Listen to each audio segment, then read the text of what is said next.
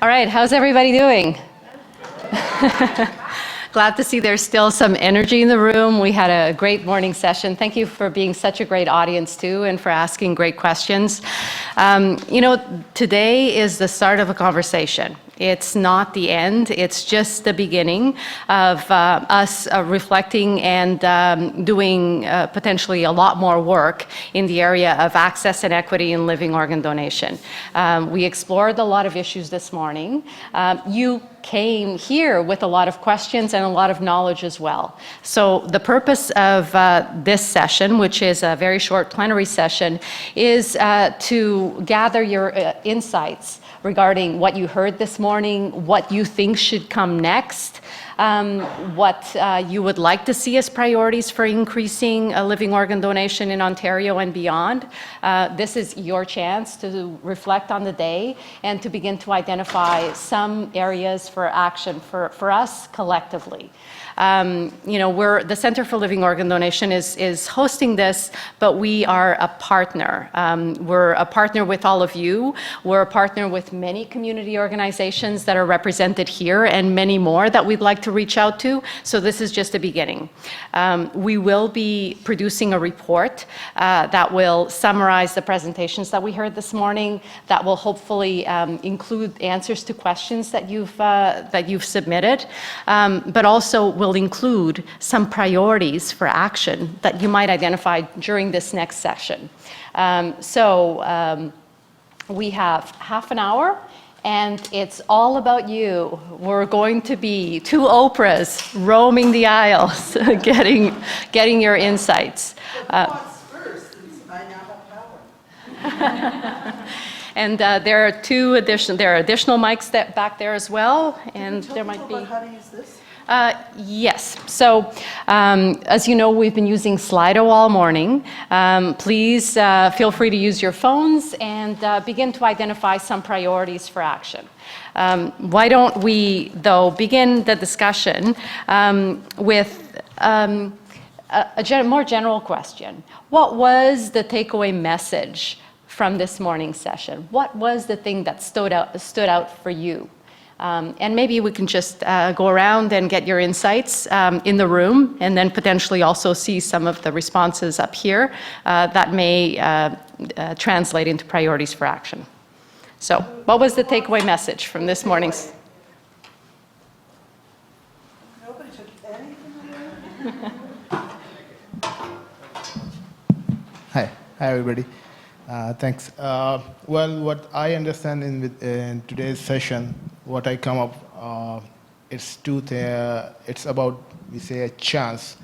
And what I understand is the two groups of people among us. One are waiting for the chance, and one are out there to giving this chance. So the purpose of this event that they bring the awareness to everybody. Those people who are waiting for the chance, there is a beautiful life out there. And those people who are there, they provide that chance to these people. So it is an eye-opener for them to think about it, to come forward, step forward, to help these people so they can enjoy the same life, the same luxury what we are having at the time. Thank you so much. Thank you. Hi, so the priority seems to be improving access to living organ donations and equitably across all the communities in Canada. But my question is that my husband is a candidate for living organ donation, kidney. It seems that the process is extremely slow, and it doesn't seem that it's just waiting for appointments. It seems that the office could use more resources or more coordinators, because it seems that this is slowing it down, and it seems to me that this would be a big saving to the entire healthcare system if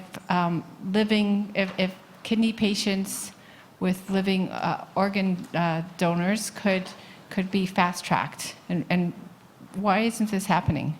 Or is it happening? That very, very good question. And we heard from David this morning that BC has a very well-resourced system. They're able to prioritize living organ donation. And I think, David, you said you have adequate resources, which is something I'm not sure that I've heard in Ontario yet.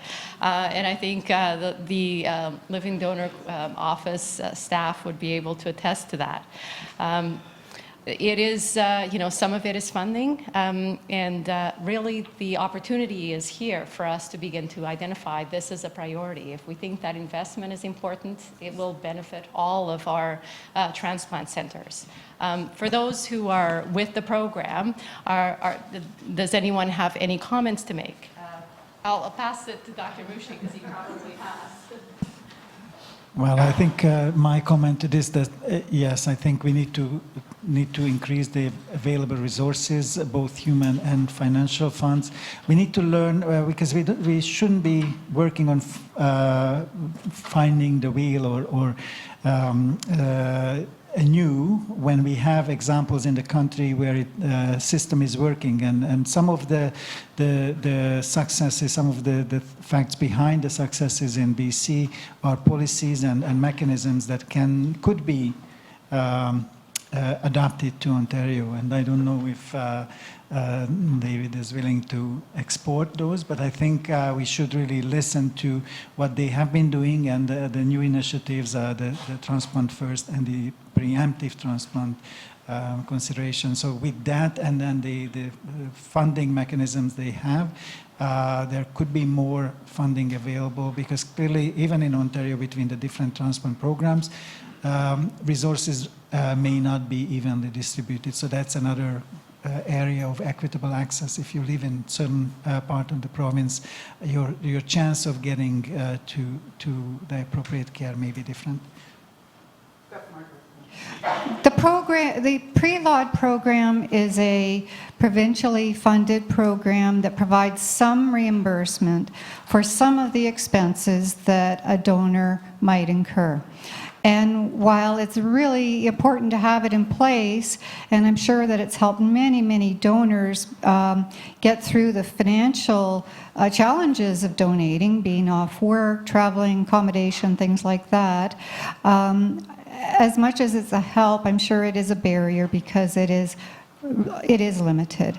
The financial part of it would only give people something equivalent to EI rates. And if anybody in the room is familiar with EI rates, it would max out at 55% of one's salary. And here we are in the GTA, and if anybody's having to face EI for any reason, that is a very, very tough amount of money to try to live on. So in terms of thinking of families the families we've been talking about this morning who don't have equal access, if one family member is sidelined from the workplace because of illness, and then maybe another family member is going to be sidelined because they're going to donate until they recover, that EI rate maximum is not enough to help some of these families in a real way. And that's my comment. Hey. Hello. Oh, good. Hey, so I'm a living donor too, and there is pre-laud, and I discovered on my own, helpfully, that we can also get reimbursements through CRA. And so for those who don't know, because through pre-laud, for example, my caregiver's expenses weren't covered, his hotel stay, his transportation, all of that. But I was able to claim it through my taxes. There is, in fact, an organ donation category under medical expenses. And there are some relevant bits in there for recipients as well around the cost to appeal for a donor, etc. So I'm not an accountant, but I did claim it, and I was successful with everything I submitted. Thank you. Hey, Susan. So I didn't realize my name and my question was going to appear there, but It was on the slide, I was putting I thought I was going to go to you guys to look at after. But since it's there, I'm a liver recipient of 23 years at Toronto General. So first of all, we have the best hospital, of course, right? But I also live up in Muskoka. So I'm now fortunate to be followed by a liver specialist and a kidney doctor in Barrie, which is about an hour drive compared to 4 hours, depending on traffic here. So I've heard this before from friends of mine online who want to go become a living donor, that it's busy and it takes time. But if it's a similar test I had done as a recipient, can we not do like the pre-testing at our local hospitals or through our GP to have that work done, and then once the transplant doctor sees it, then call us down for one drive to Toronto, and that's it. Especially if it's going to be someone who's going to be eliminated, it was just a simple blood test. Okay, I'm going to answer that question. I'm a transplant hepatologist. I do see the donors as part of my role as medical director of the liver donor program, but also as a transplant hepatologist who follows many recipients over the years.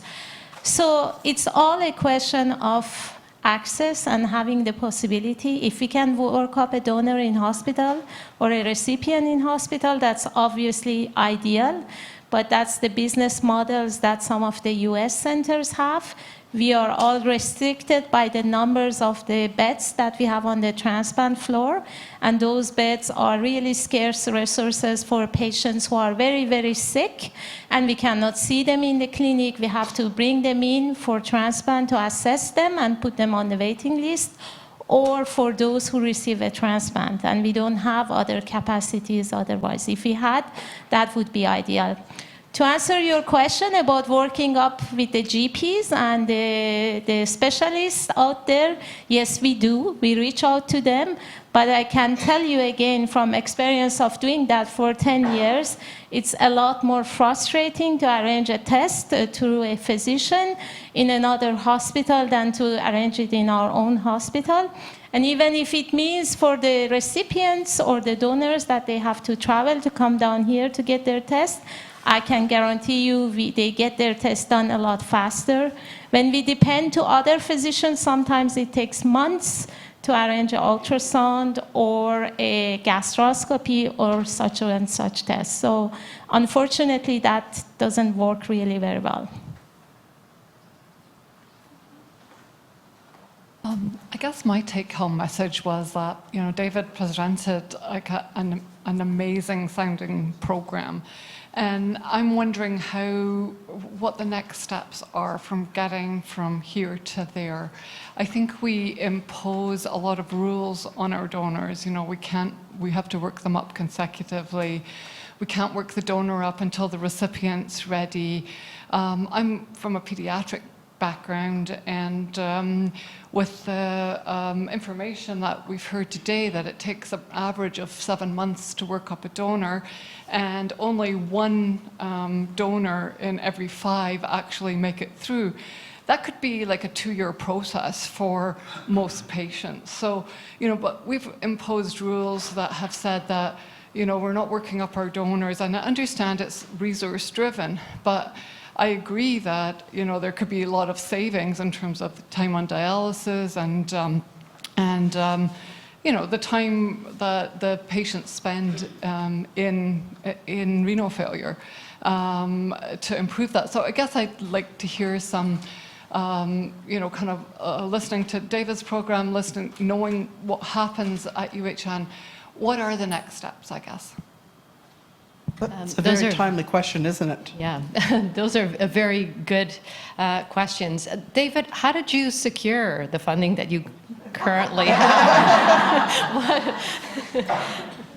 So I don't want people to think that it's so fantastic. I mean, I think we do okay, but we can do better. We definitely take too long to work up our donors as well, even though we have some time targets, etc. Sometimes we don't meet those, and one of our priorities is to develop a much more efficient fast track.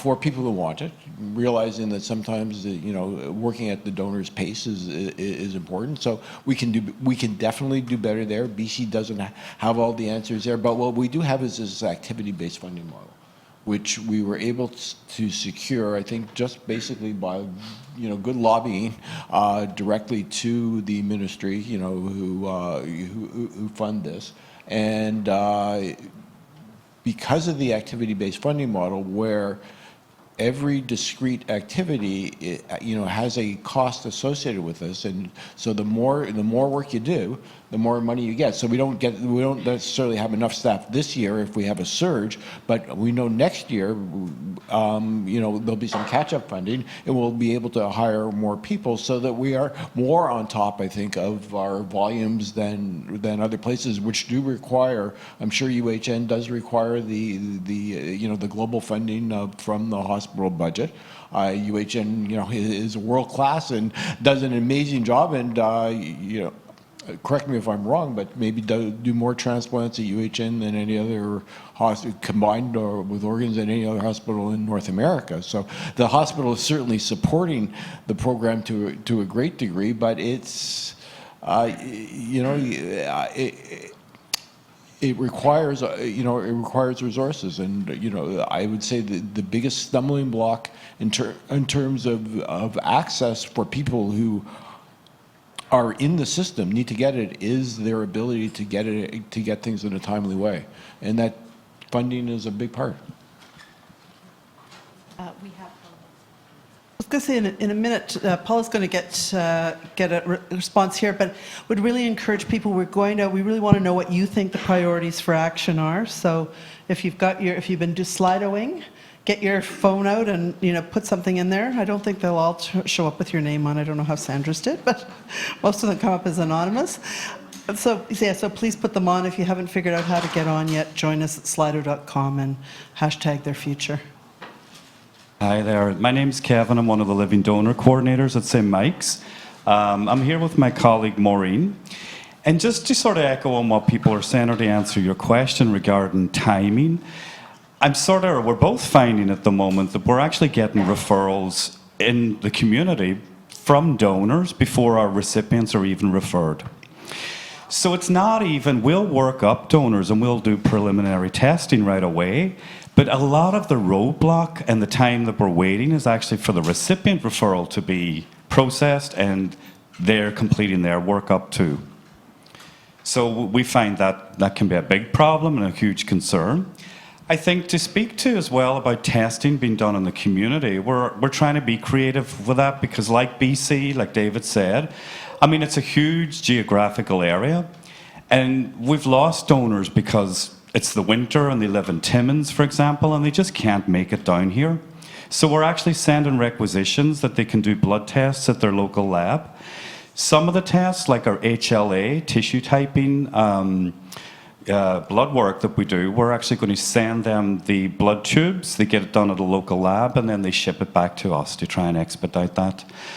The other thing, part of my portfolio, is working up out-of-country donors. And when you think I'm working up people maybe in India, Pakistan, the Philippines, I've brought people over from Somalia, Sudan. They do all their work up at home, so we get a good sense of how suitable they are. And we actually instituted a couple of years ago where we send cheek swabs now, so we can actually do the HLA typing through a cheek swab before they even come here, so that we know they're a good match. So if we can do that for out of country, I'm sure we can do it provincially as well. Thank you. It sounds like we're beginning to solve or put forward some solutions. I think there's a lot of really good work that's happening in all of our centers, and it's important that we share our experiences and potentially put forward some common priorities for action. So we've been identifying, you've been putting some of those up there, and maybe I could ask you, Susan, to sort of review some of those. Right, well, I was even going to say, so let's just shift focus. And what do you think is the most important? So Paula and a group are going to go together and try to put together the results from today. What's the most important next thing that we need to do? What do you want to hear? So we're hoping, I'm giving away maybe a secret, but we're hoping to all be back together here next fall. What's the one thing that needs to change between now and then, or what's the one thing that we want to be at least 80% along the way on? More resources? More resources. Anybody else? I don't know if I want to stand, but too late. What's that? My husband has just been put on the wait list for a live donor liver transplant, and he just got very ill the beginning of this year, and it's escalating quickly. And I feel like I'm a retired RN, so I kind of know better than the average, and it's a nightmare. Like, because you're this hospital, this hospital, this hospital, this doctor, GP, liver, meh, meh, meh. And so you're always playing catch up. And there's all kinds of hurry up and wait, hurry up and wait, hurry up and wait.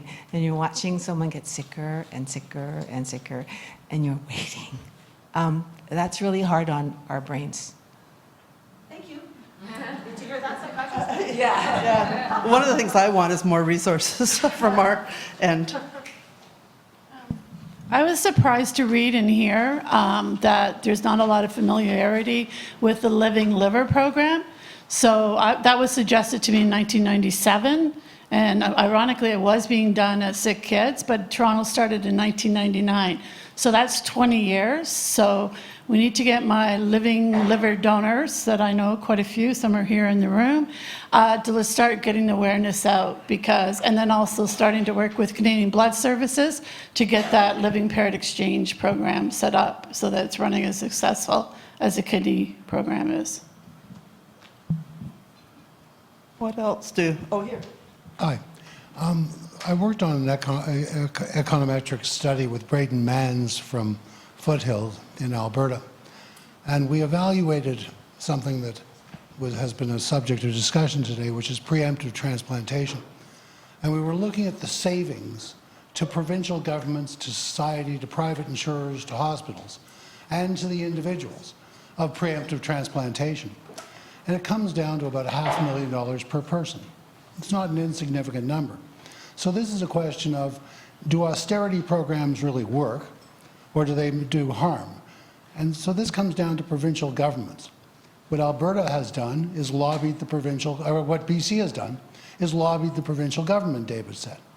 Maybe one thing that we should keep in mind is that we have to too be proactive in that way. Not just proactive transplantation, but proactive work with governments to avoid them doing things that are harmful and to encourage them to do things that are beneficial, such as advanced testing, such as donor relations, such as helping people to get preemptive transplantations and encouraging them. Doing what they're doing in BC, we're a big province. We have a lot of people. We could improve the situation for liver failure patients and kidney failure patients very quickly by changing the mindset of government. Thank you. And I think we'll take one more comment. Yes. So this is the last word. One of the things I'd like to dig deeper into that raises a lot of questions for me is the fact that 4 out of 5 people coming forth to be evaluated as donors are chucked away. So I'm wondering, are they chucked away for that particular potential recipient? Or are they chucked away because they're not medically able to give? If it's the former, I'm thinking there's a resource that we could, is anyone asking them, well, hey, you don't match Susan, do you want to give to Larry? Do you know what I mean? I'd like to know more about that particular stat. And the second thing I wanted to know more about is if it's taking time to work up the donors, surely maybe there's something that we can do that will most often rule them out. Shouldn't that test be first? Very, very good comments, and we're taking all of them. We're going to extend Slido to tomorrow to allow you to think about what you heard today, and you're probably going to be talking about this with your colleagues as well, with your family, with your friends, and what we need is to come back with a set of priorities that we can collectively take action on. You're going to be hearing another speaker today today who's going to be telling you about wonderful things that are underway, and potentially some of the discussions that we had at a dinner last night that also relate to some potential activities that we can do or actions that we can take following this symposium. So keep your ideas coming. We appreciate them, and we will review them, and we will be circulating a draft report for your further input and for us to collectively to act on. So thank you very much. And thank you, Susan.